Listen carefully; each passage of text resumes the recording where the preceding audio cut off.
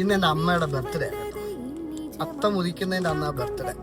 എല്ലാ വർഷവും ബർത്ത്ഡേ വരും. പക്ഷേ എനിക്കൊന്നും വാങ്ങിച്ചു കൊടുക്കാൻ ഇതുവരെ സാധിച്ചിട്ടില്ല. ഈ വർഷം കുറച്ച് ഡ്രസ്സ് അമ്മക്ക് എടുത്ത് കൊടുക്കാൻ വലുതായിട്ടൊന്നുമില്ല, ചെറിയ രീതിയിൽ എല്ലാം കൂടെ ഓടിച്ചുകൊണ്ട് പോകണ്ട.